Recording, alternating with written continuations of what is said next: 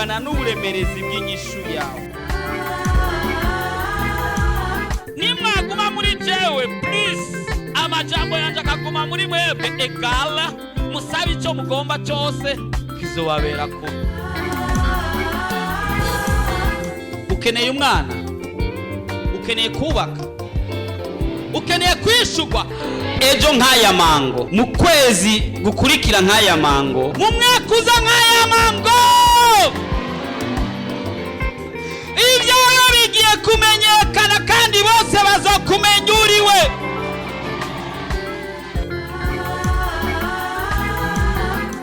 Ariko Yesu araha, ariko arakubaza ati ubu ugomba gukira ni mugwayi. Mugira mwumvirize ubutumwa bwiza mushikizwa na Pastor Jackson Nkeshimana. WhatsApp yiwe ni 76 96 96 96 76 96 96 96. Afiti Yesu mukinga zatiwe arriva e viens gusa enda na zumutima.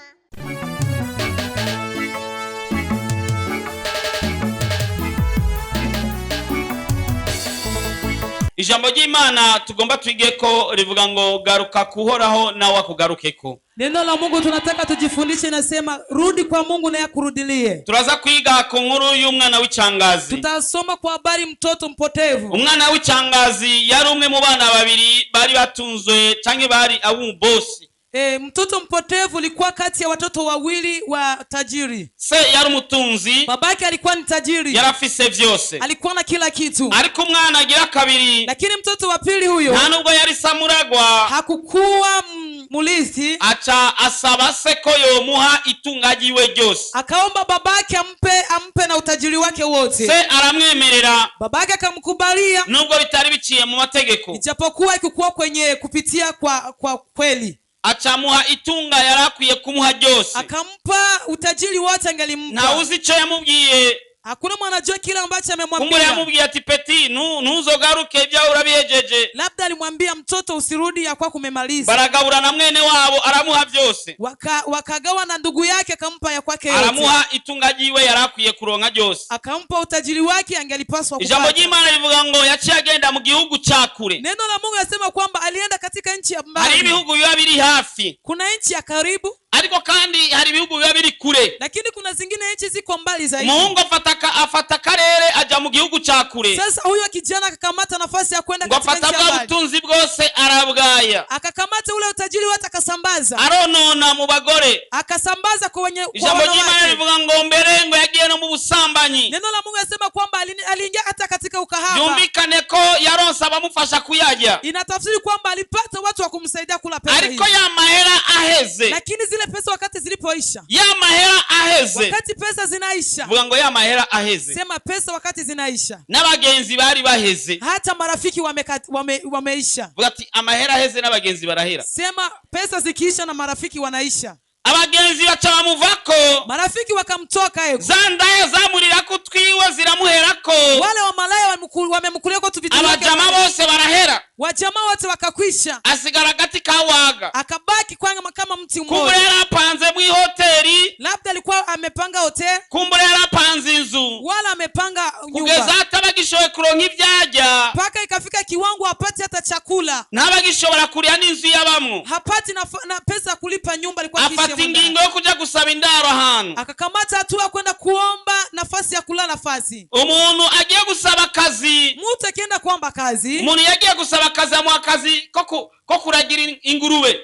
Mtu mwenye alienda kuomba kazi akampatia kazi ya kuchunga nguruwe. Kugezaho ataba nacho yarafise kisha kumubeshaho. Hakukuwa na chochote cha kumsaidia katika maisha yake. Arabura ivyajya. Akakosa chakula. Atangura kujya injya ingurube zijya. Akaanza kula chakula cha nguruwe. Vuga ati yarageze habi. Sema alikuwa akifika pabaya sana. Bwana sade sana. Amen.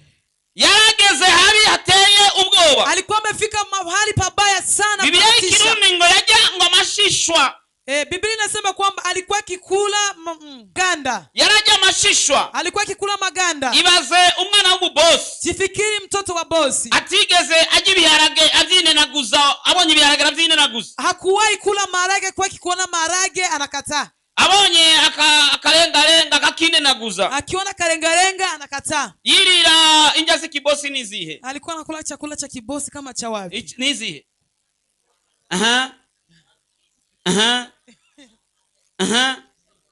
Izo zose nizo yirira. Hivyo vyote nilikuwa nakula. Inja zitari z'ikibosi nazo ataja ni nka chakula cha kibosi cha kuwa nakula ni kama umuntu wese acavuga inja yanka. Izo zose bavuze imyungu, walisema maboga, ibijumba, inyama, umukubi, imikubi, amateke, sinzi n'ibindi. Ibintu byose umuntu yanka ntiyabikoza mukana kumbure. Kitu chote mtu anakataa, labda uko anatia kwenye kinywa chake. None akagera atangura gufungura. Sasa pakafika wakati anaanza kula ibishishwa by'ibyo yanka, maganda ya kile ambacho alikuwa anakataa kula. Ibishishwa by'amateke, maganda ya maole, ibishishwa by'imyungu, maganda ya maboga, ibishishwa by'ibitoke, maganda ya mandizi, nibyo byari bimubeshejeho. Hiyo ndio ilikuwa chakula chake. Birumvikana ko amagara yiwe yacihinduka. Inasikilizika kwamba hata afya yake ilibadilika. Arananuka paka akashuka. Aronda kabisa. Akakonda kabisa. Hamutomunyera ko n'amazi. Hata na maji weza hata kukunywa kwa. Ariko ariyumvira. Lakini akajiwaza. Ariyumvira. Akawaza. Ati ahandi. Sasa hapa nilipo. Ahandi. Hapa nilipo. Muri mu mwonga ndi muri izi ngurube. Hapa kwenye msitu huyu kwenye nguruwe hizi. Muri mwonga muri izi ngurube. Hapa kwenye msitu kwenye nguruwe hizi. Ndiko njya nizi ngurube. Niko nachangia na nguruwe. Ingurube nizo zijama zanje. Sasa chakula cha nguruwe ndio chakula changu. Ingurube nizo abagenzi banje. Nguruwe ndio marafiki zangu. Abakozi ba papa. Watumishi wa baba. Barashumba ba papa. Hata watumishi wa baba bariko barajya neza kurusha. Wako wanakula vizuri kuliko mimi. Mbega sishobora kuja kwa papa ngamusaba imbabazi ngasubira mu rugo. Je, siwezi enda kumuomba baba razi afu nirudie ndani ya ua? Yariyumviriye neza. Alijiwaza vizuri. Ijambo rivuga ati ugaruke kuhoraho na wakugaruke. Neno linasema kwamba rudi kwa Mungu naye akurudirie. Warasavye ibyawe hari ibyo Imana yaguhaye. Umeomba ya kwako lakini kuna Mungu yale ambayo Mungu ashakupa. Hari ibyo yaguhaye. Kuna yale Mungu ashakupa. Hari ibyo yaguhaye. Kuna yale Mungu ashakupa. Yaguhaye ubuzima. Amekupa maisha. Yaguhaye umugore. Amekupatia mke. Yaguhaye umugabo. Amekupa mume. Yaguhaye abavyeyi. Amekupa wazazi. Yaguhaye inzu. Amekupa nyumba. Hari icyo Imana yaguhaye. Kuna kitu Mungu amekupa. Ucuragenda. Sasa ukaenda. Uramwibagira. Ukamsabu Mungu. None uriko urahura n'ivyago. Sasa wewe unakutana na shida. Kwa so warajya. Kwa baba kulikuwa ukikula. Warahura n'ivyiza. Ulikuri kubana na mazuri. None hera abisigaye ujamwo. Sasa ona yale ambayo unatenda kwa sasa. Usigaye usambana. Unakuwa unazini. Usigaye wiba. Unakuwa unaiba. Usigaye ufise ingeso zitameze neza. Unakuwa na tabia chafu. Nufata kanya wiyumvire. Kamata muda ujiwaze. Usubire kwa papa. Afu urudie kwa baba. Ati ngaruka ko nanje ndakugaruka ko. Ati nirudirie na mimi nitakurudilia. Hari byanse gushoboka kubera utayagaruka kwa papa. Kuna yale alishindikana kuwezekana kwa sababu hujamrudilia baba. Se ntiyarashoboye kumusanga hariya muri bwa mwonga. Babake hangaliweza kumkutanisha katika msitu ule. Oya! Hapana. Babake alimsubiri mpaka nyumbani yaje. Papa we aramurindire mwira kugira ngo ashike.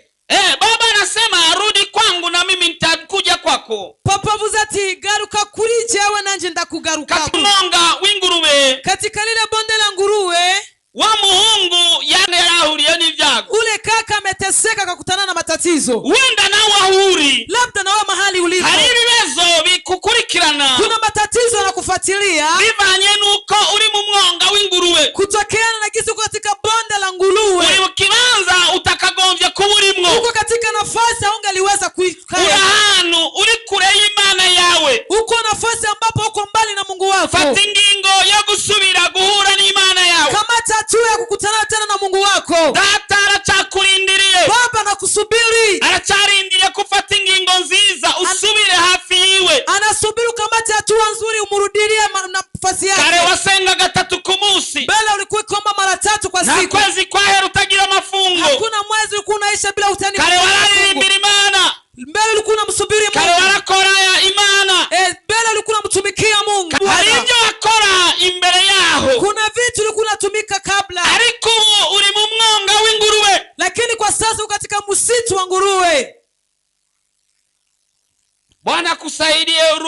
nafasi yako. Imana ikugirire neza ugaruke mu mwanya wawe. Nafasi yako bado ingali. Umwanya wawe uracyari hano. Babako anasema rudi nitakupokea. Papa aravuga ati garuka naje ndakwakira. Bado ningali nakupenda kama jinsi nilivyokupenda hapo mwanzo. Ndacyagukunda nguko nagukunze kera. Bado ningali nawaza kuhusu wewe. Ati ndacyakwiyumvira kwibyiza. Bado ningali nataka kama utarudi kwangu. Kandi ndacyashaka kugaruka iwawe. Na urudi nafasi yako. Kandi ugaruke mu mwanya wawe. Nafasi yako bado ingali. Umwanya uracyahari. Ukirudi niwagaruka nitakufanyia vema. Zo gukorera neza.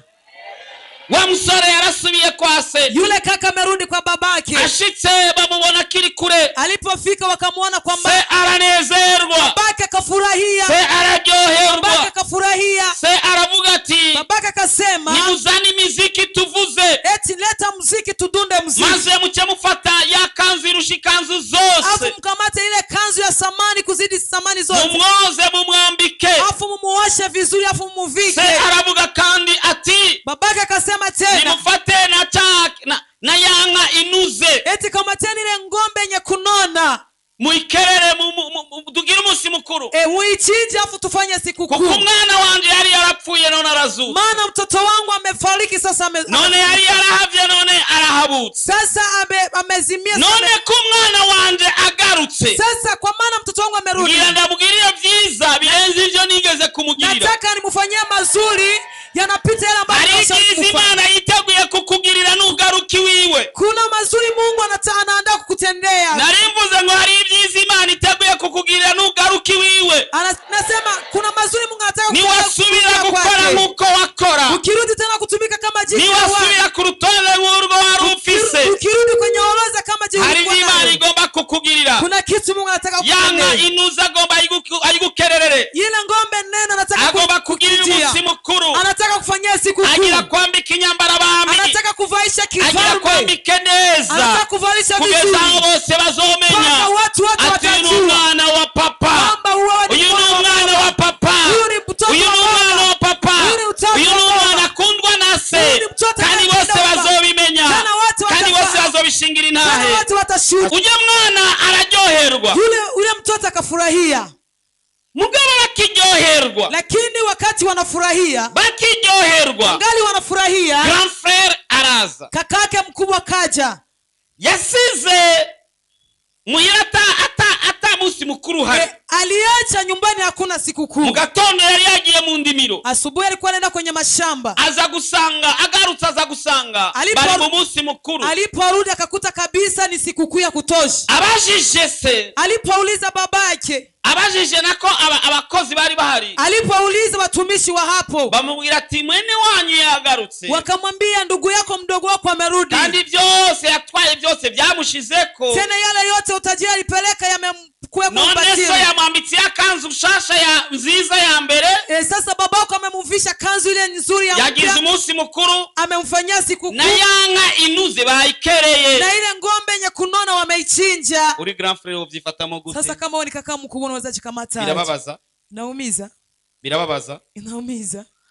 Ko mutanyishura birababaza. Mbona munijibi naumiza? Umu grand frère arashavura. Kaka mkubwa kasirika. Aravuga ati papa. Akasema baba. Je twagumanye nawe ngaha. Mimi nilibaki pamoja na wewe. Narakoze ivyiza byose shoboye. Nimetenda mazuri na wewe. N'ubu mugatondo nazindukiye kurima. Na hivi niamkia shambani. Uyu muhungu yarafashe ivyiwe byose urabimuha. Sasa huyu mwanaume alikamata vyake vyote. Nurigera urankererera imene. Mimi hujawe hata kunichinjia hata mbuzi. Nani imene urankererera? Hakuna hata mbuzi umeshachinja. None uyu mupeti umubandi umusambanyi. Sasa huyu mtoto mbandi mzinifu. Yafashe ivyiwe byose aragenda araya mu bamaraya. Akakamata mambo yake katia kwenye wamaraya. None ni ukerereye ibinuze. Sasa ndio unamchinjia kitu cha kinono kama hiki. Achararira. Akatoa machozi. Grand frère ararira. Kaka mkubwa kalia.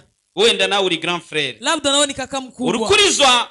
Unalizwa. Ningene utabona ivyiza kandi Imana wayikoreye ivyiza. Na jinsi uone mazuri na wakati Mungu anamtendea mazuri. Warakoze neza. Umetenda vizuri. Warihanganye mu bihe bigoye. Unavumilia wakati wa mgumu. Mugabo abakoze bibi nibo bariko bararonka vyiza. Lakini wale watumika mabaya ndio wanalipwa mazuri. Sijui ko mbunanielewa. Sinzi ko muri ko murantahura. Nyabuza abantu muzinanye baba gafere ba danger. Hapa kosi watu ambao mnajuana walikuwa watu wabaya sana. ariko baguma ubona umenga baguma batera imbere, lakini unaona wanabaki wanasonga mbele. sinzi ko urababona. Sijui kama umeshayaona. Ugasanga umuntu umupagani karuhariwe cyangwa umusambanyi karuhariwe niwe arose umugabo. Unakuta mtu mzinifu ama mpagani ndio anapata mme. Ugasanga umuntu yiba ku kazi niwe batirukana. Unakuta mtu anaiba kazini hawafukuzwi kazi. Ariko waritonze mu kazi, lakini umekuwa mtaratibu kazi. warakoze neza mu kazi, umetumika vizuri kazini, ariko niwe birukanye. lakini wamekufukuza. Ariko niwe ukenye. Na wewe ndio mkosefu. Ariko niwe ufise ubuzima bubi. Wewe ndio una maisha mabaya. Hari ijambo. Kuna neno. Se uyu waba bana yabwiye grand frère. Kuna neno babake huyu kaka mkubwa alimwambia. Niryo jambo Yesu agira kubwira. Ndilo neno anataka Yesu anataka kwambie. Reka turisome. Acha tusome. Ubutumwa bwiza bwanditswe na Luka. Kitabu cha Luka 15:31. 15:31. Reka duhere kuri 29 kugira ngo humve neza. Grand frère rero atangura kuvuga. Avuga ngo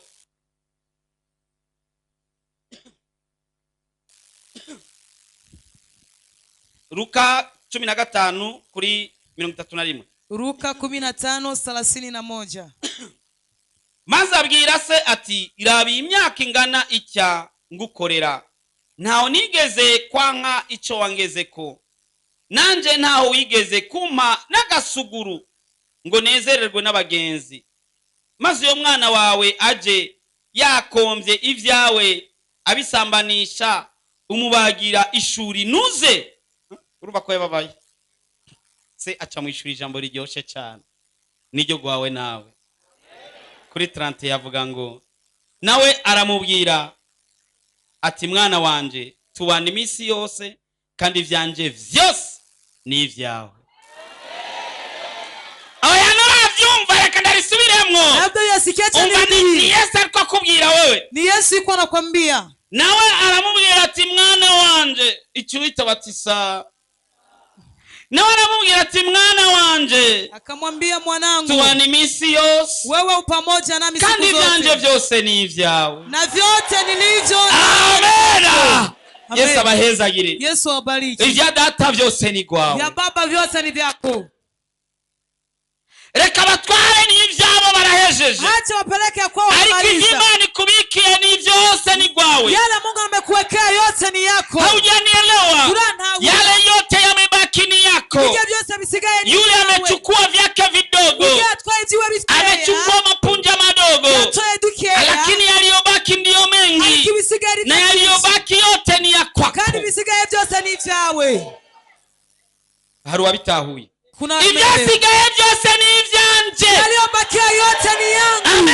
Amen. Haleluya. Reka nkubwire. Acha nikwambie. Hari impamvu uyu papa yavuze uko. Kuna sababu huyu baba alisema hivi. Nukuvuga ko ubutunzi bwose bwari busigaye. Nikisema utajiri wote ulikuwa umebaki. Nuzobonekera hejuru ya burya bwose bwari bwa grand frère.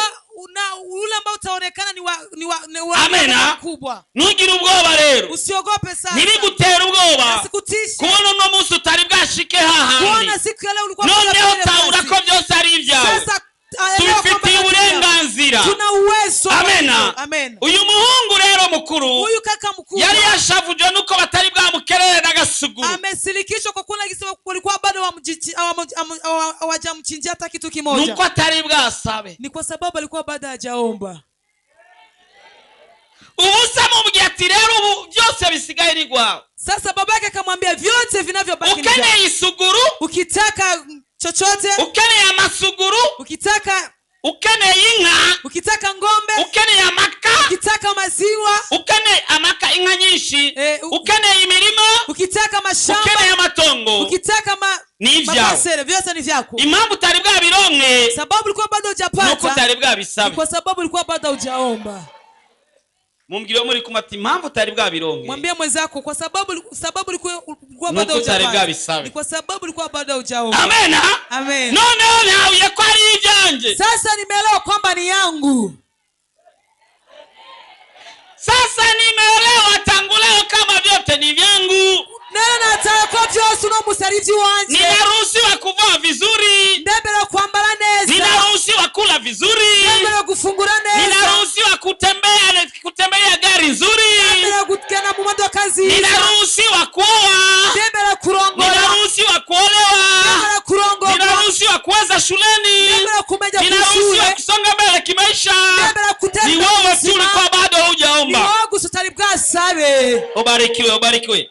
Ijambo ry'Imana muri Matayo rivuga ngo musabe muzohabwa. Neno la Mungu katika kitabu cha Mathayo nasema ombeni nanyi mtapewa. Muri Yakobo nao ngo ni muhabwa kuko mudasaba. Yakobo napo eti hampewi kwa sababu hamuombi. Ariko kandi ngo nibwo musaba ngo hari ngo nubwo musaba nabi. Lakini japokuwa mnaomba vibaya. Haleluya. Amen. Tugiye twinjire mwanya wo gusaba data. Tunataka tuingie muda wa kuomba Baba. Vuganye n'abantu babiri. Nimezungumza na watu wawili. Hari umuntu yatakaje. Kuna mtu amepoteza. None hageze yuko agaruka kwa. Sasa panafika wakati arudi kwa Baba. Amen. Amen. Se araza kumukerera. Babake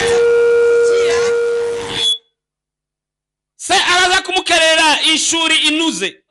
Hari n'utatakaje yasigaye kwa se. Nawe se avuze ngo byose ni ivyiwe. Tuza gusenga amasengesho abiri. Uza kubwira data nimba wari waratakaje ati data ndagarutsi wa. Ndaje unkere ishuri nuze. Nimba warasigaye kwa papa. Nimba warasigaye kwa papa. Umubwira ati papa urazi ko nasigaye. Byose ni ivyanje. Muri ibyo byose ndakereye kumpa mwiki. Umemwiki. Niwemere kugorwa kandi uri umwana wa nyenevyo. Narimvuze nti uzovyibuka ko nari mpagaze uko. Niwemere kugorwa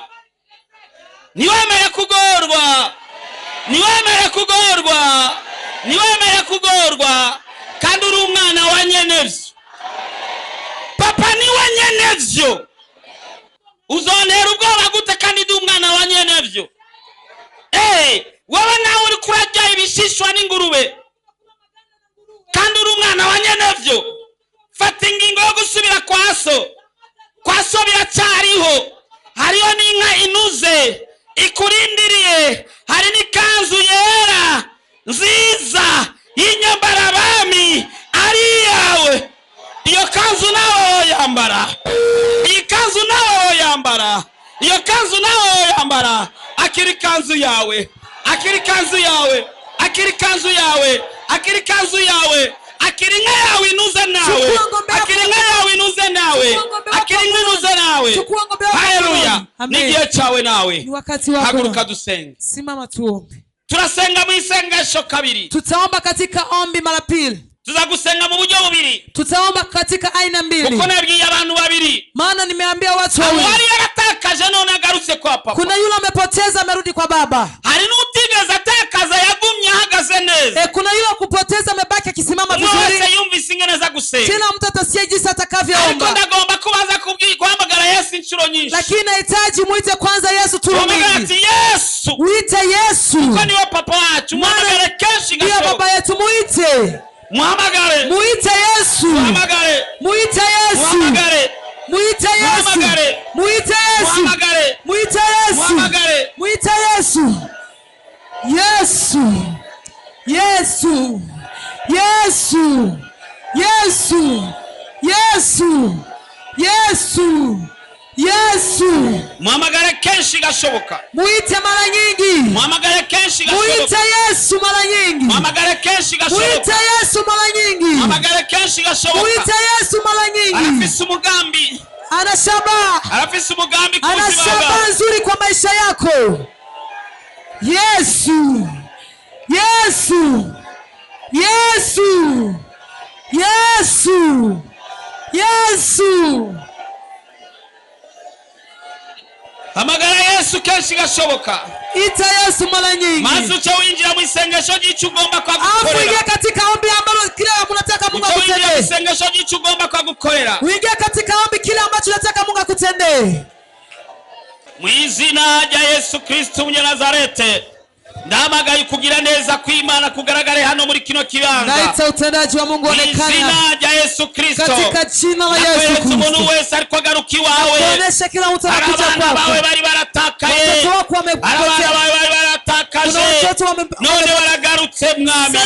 Ndagusabye mwami kusubira kandi wagiye neza. Sasa naomba Mungu atende vizuri. Kandi witeho. Wakumbushe. Usubire kandi wambike akanzu. Uongeze wapike kanzu. Usubire kandi witwararike mwami. Uwashurikie. Ukashoboye. Maana unaweza. Urahambaye. Tena unaweza. Hariho n'abandi bantu bana mwami Kuna wengine watoto abana bawe bagumye ku kirindiro bagumye hafi yawe bagumye hafi yawe mwami barakoze birashimwa wametenda pa kukashukuru baragomba mana ko nabo bibuka wameteka Mungu na wagirire neza mwami wakumbuke guhera uno munsi Kuanzia leo imitwaro yabo ihere guhera uno munsi wishura imitwaro yabo guhera uno munsi witwararike guhera uno munsi ubagwanirire mw'izina rya Yesu Kristo mw'izina rya Yesu Kristo mw'izina rya Yesu Kristo mw'izina rya Yesu Kristo icyo ukoze nk'Imana reka wigaragaze nk'Imana reka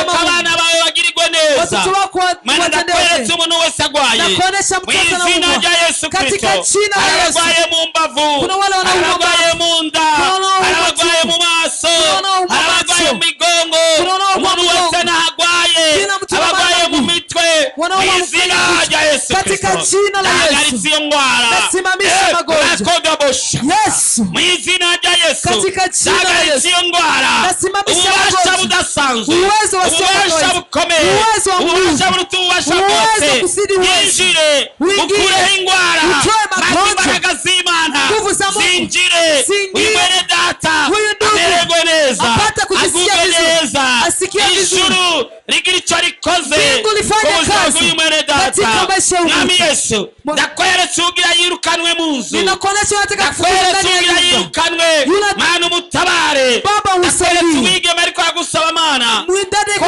mu rugo nawe umutabare mana ndakweretse umuntu wese afise umutwaro mana umugwanirire kandi umube hafi nize ko byumvise mwami kandi ko bikoze mu izina rya Yesu amena amena amena amena amena ninde yumva ko yishuwe nani asiye kwamba amejibiwa akomeye Imana amashimwe apigie makofi Mungu sana menshi cyane makofi Yesu abahezagire cyane Yesu awabariki sana Yesu abahezagire cyane Yesu awabariki sana Yesu abahezagire cyane Yesu awabariki sana nimegundua uzuri wa Yesu nimegundua utamu wake uburebure bw'ingorane yawe bungana n'uburemerezi bw'inyishu yawe nimwaguma muri jewe please amajambo yanje akaguma muri mwebwe egala musabe icyo mugomba cyose kizobabera ko ukeneye umwana ukeneye kubaka ukeneye kwishugwa ejo nk'aya mango mu kwezi gukurikira nk'aya mango mu mwaka uza nk'aya mango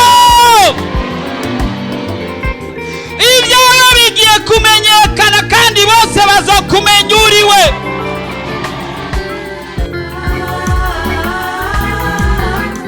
ariko Yesu araha ariko arakubaza ati ubu ugomba gukira nimugwane